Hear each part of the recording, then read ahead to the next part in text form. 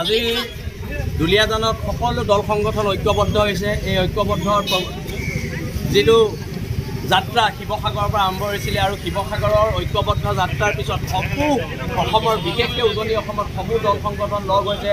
সদৌ তাহিম ছাত্ৰ সন্থাই কিছুমান ক্ষেত্ৰত নেতৃত্ব লৈছে, কিছুমান ক্ষেত্ৰত বীৰ লাচিত সেনাই নেতৃত্ব লৈছে। সকলো খিলঞ্জীয়া শক্তি ঐক্যবদ্ধ হোৱাটো সমাজৰ বাবে, দেশৰ বাবে, জাতিৰ বাবে শুভ লক্ষণ।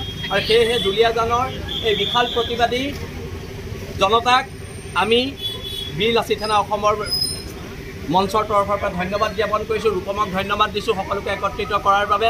আৰু একত্ৰিত সংগ্ৰাম জিন্দাবাদ। আৰু এতিয়া খিলঞ্জীয়াৰ ওপৰত অনা খিলঞ্জীয়াৰ গুণ্ডামী নহ'ব, সেইটো একদম স্পষ্ট হৈছে। হিচাপ হ'ব, চবৰে হিচাপ লোৱা হ'ব।